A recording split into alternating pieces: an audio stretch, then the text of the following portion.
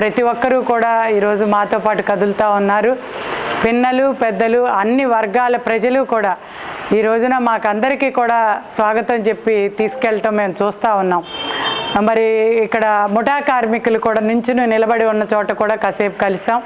మరి వాళ్ళందరూ కూడా చెప్పేది ఒకటే మాట, మరి గతంలో చంద్రబాబు గారి అధికారంలో ఉండగా తెలుగుదేశం ప్రభుత్వంలో మాకు చేతి నిండా పనులు ఉండేవి, మేము రోజుకు 1000 రూపాయలు సంపాదించుకునేవాళ్ళం, మరి ఒకళ్ళైతే మేము 900 రూపాయలు సంపాదించుకునేవాళ్ళం. అటువంటిది ఈ రోజున పనులు లేని పరిస్థితుల్లో మా కుటుంబాలు చాలా ఆగచాట్లు పడుతున్నాం అని చెప్తా ఉన్నారు. మరి అమరావతి రాజధాని అయితే విజయవాడ రాజధాని మన అందరికీ తెలుసు. మరి ఆ గతంలో పనులు విపరీతంగా భవన నిర్మాణ కార్మికులు ఒకవైపున ప్లంబర్స్ కానివ్వండి, తాపీ మేస్త్రులు కానివ్వండి, ఎలక్ట్రీషియన్స్ వీళ్ళందరికీ చేతి నిండా పనులు ఉండేవి. మరి వాళ్ళు చూస్తే వాళ్ళకి పనులు లేవు. మరి ఇంకొక ఇస్త్రీ బండి దగ్గర మేము ఆగటం జరిగింది. అతను చాలా క్లియర్గా, మరి మీ దగ్గర కూడా ఉంటాయి ఉదాహరణలు చూస్తే, అతను లెక్క చెప్తా ఉన్నాడు, నేను రోజుకి 800 రూపాయలు సంపాదిస్తాను. మరి ఆ 800 రూపాయలు గతంలో 60 రూపాయలు పెట్టి మరి ఒక క్వార్టర్ తాగితే నాకు 60 రూపాయలు అయిపోయేది. అటువంటిది ఇవాళ మరి ఇది 150 రూపాయలు పెట్టాల్సి వస్తుంది, 2 వేస్తే కానీ నాకు మత్తు రావట్లేదు, అది కూడా చెప్తున్నాడు. మరి నేను అన్నాను, నీకు 300 రూపాయలు అవుతున్నాను నీ బాధపడుతున్నావు కానీ మరి నీ ఆరోగ్యం ఏమవుతుంది అది చూసుకో అని చెప్పి, మరి వాళ్ళు అదే చీప్ లిక్కర్ని తాగించడం ద్వారా వాళ్ళ ఆరోగ్యాలు చెడిపోతున్నాయి. అతనికి 300 రూపాయలు అక్కడ నాకు ఖర్చు అయిపోతా ఉందని చెప్తున్నాడు.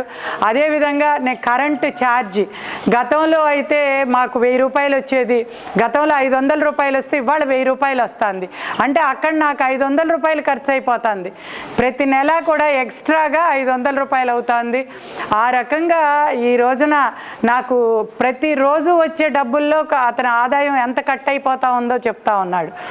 మరి ప్రతి ఒక్కటి మరి మన నిత్యావసర సరుకుల ధరలు ఎంత పెరిగిపోయినాయి, గ్యాస్ సిలిండర్ ఎంత పెరిగింది, ఇవన్నీ కూడా లెక్కలు చూస్తే నాకు ఇంట్లోకి ఇవ్వటానికి మళ్ళీ 100 రూపాయలు కూడా మిగలటం లేదు. నాకు ప్రొద్దున్నే మళ్ళీ టిఫిన్ పెట్టాలంటే మా ఆవిడ దగ్గర నుంచి తను చేసిన ఇళ్లల్లో పనుల్లోంచి తీసుకోవాల్సి వస్తుందని చెప్పి చాలా క్లియర్గా చెప్తా ఉన్నాడు. ఇన్ని ఇబ్బందులు పడతా ఉన్నారు. అటు మరి పెద్ద కుటుంబాల్లో చూస్తే కరెంటు ఛార్జీలు మాకు 6000 వచ్చేది 12,000 వస్తూ ఉన్నాయని వాళ్ళు చెప్తా ఉన్నారు. చెత్త పన్ను కొత్తగా పెడుతున్నారు. ఆస్తి పన్ను ప్రతి సంవత్సరం 15% పెంచుతూ పోతూ ఉంటే మేము చాలా ఇబ్బందులు పడుతూ ఉన్నాం. ఒకప్పుడు మా ఇంటి మరి ధరకి మించి రేపు రాబోయే రోజుల్లో పన్ను కట్టాల్సి వస్తుందేమోనని చెప్పి భయపడుతున్నాం అని చెప్పి మరి ఒక ఇల్లు ఉన్న మధ్యతరగతి వర్గాలు కూడా చెప్తా ఉన్నాయి. మరి ఈ రకంగా ప్రతి ఒక్కరూ అన్ని వర్గాల ప్రజలకి కూడా ఏ వర్గం కూడా ఇవాళ సంతోషంగా లేని పరిస్థితులు మరి ఈ ప్రభుత్వం 5 ఏళ్ల కాలంలో కనబడతా ఉన్నాయి. అన్ని విధ్వంసం తప్పించి ఎక్కడ అభివృద్ధి కానరావటం లేదు. మా పిల్లలకి ఉద్యోగాలు రావాలన్నా కూడా, ఇండస్ట్రీస్ రావాలన్నా తెలుగుదేశం రావాలని చెప్పి చాలా క్లియర్గా చెప్తా ఉన్నారు ప్రతి ఒక్క కుటుంబం కూడా. మరి ఆ రకంగా అన్ని వర్గాల ప్రజల్ని కూడా ఇబ్బంది పెట్టే మరి ఈ జగన్మోహన్ రెడ్డి గారి ప్రభుత్వం పోవాలి, తెలుగుదేశం ప్రభుత్వం అధికారంలోకి రావాలని కోరుకుంటున్నారు. అదేవిధంగా ఇక్కడ స్థానికంగా చూసుకున్నా కూడా గద్దె రామ్మోహన్ గారు మాకు ఎల్లప్పుడూ అందుబాటులో ఉండే వ్యక్తి, అందరి మనిషి, ఎవరికి ఏ సమస్య వచ్చినా కూడా స్పందిస్తారు. అదేవిధంగా ఎంపీగా వచ్చిన కేసినేని శివనాథ్ గారు, మేము గత 3 సంవత్సరాలు 4 సంవత్సరాలుగా ఆయన మాట వింటున్నాం. మరి వాళ్ళ అన్నా క్యాంటీన్లు ఏర్పాటు చేస్తూ ఉన్నారు.